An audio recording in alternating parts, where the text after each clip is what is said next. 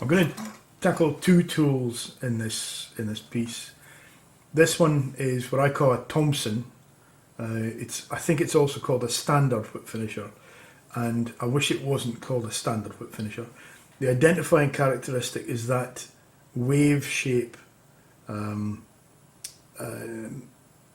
appendage on the shank, and this one is it's a much nicer tool. It's similar in some ways. It's got the same sort of sprung arm, but it has a single hook.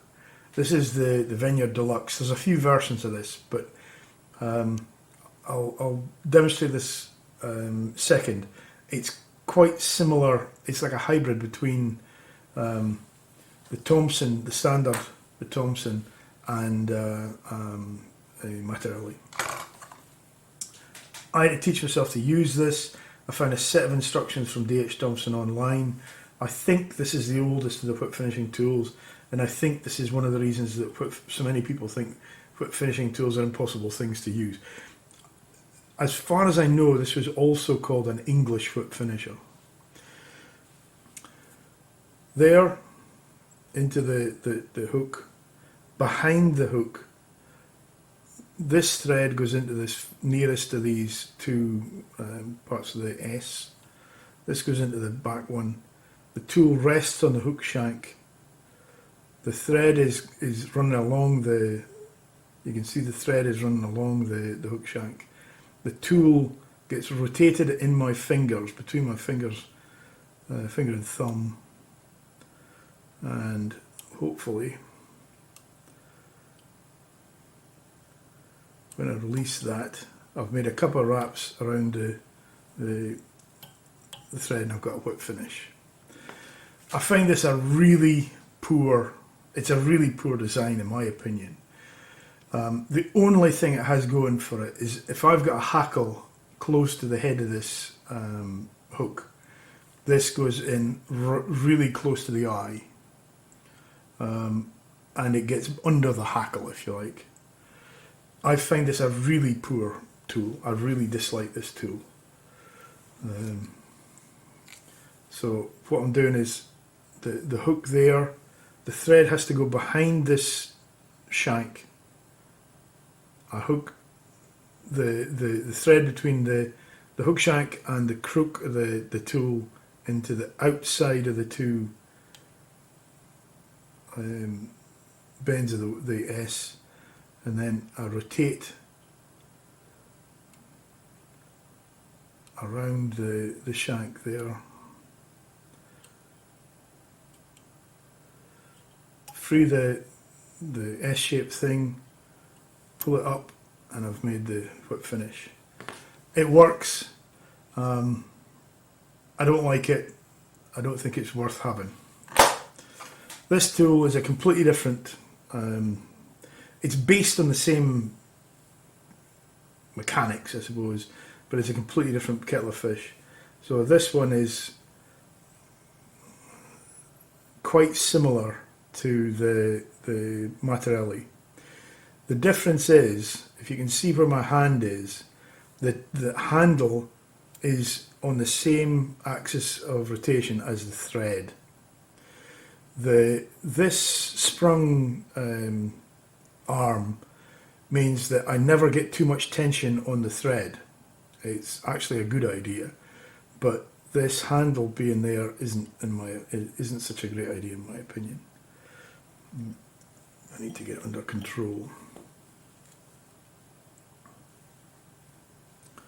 So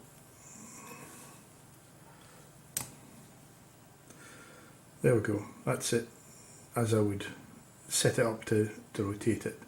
Now I have to turn the handle. I'm spinning the handle in my hand. It works, it's a poor design. Free the hook, pull up and release.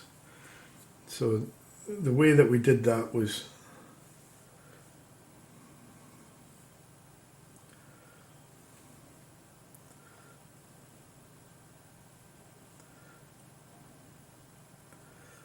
I'm in position there. There's the figure 4 that we talk about. This thread controls the tension on this arm. the axis of rotation is through the thread, through the handle, and I just rotate the handle in my hand, release the hook, pull the hook up. I imagine you could do it the other way around. I'm not experienced with this whip finisher, but it's effective. I know people who use it to they use it well. They use it much more elegantly than I do. But it's a relatively simple transition from the tools that I'm used to, or from the hand whip finish, to this tool. There are things I don't like about the way this is made.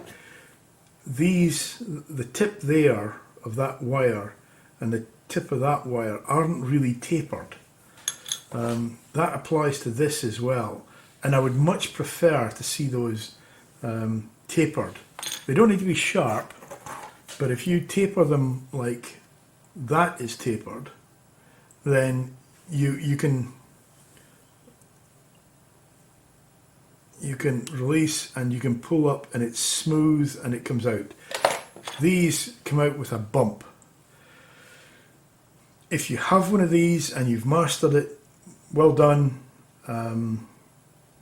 If you haven't mastered it, I would dispense with this, and I'd get yourself a cheap Mattarelli style, or a cheap, these are relatively inexpensive, a cheap Veniard Deluxe. Much simpler tool to use. This hook is at 90 degrees to this one. You get them where the hook is at that orientation. It's in the same plane as this hook, which I think is probably a better idea. So this one again it's in that motion, and you bring it round. Once you've got it over the top, there's your figure 4. And it's relatively simple to make the turns. Release it, and you've made your whip finish.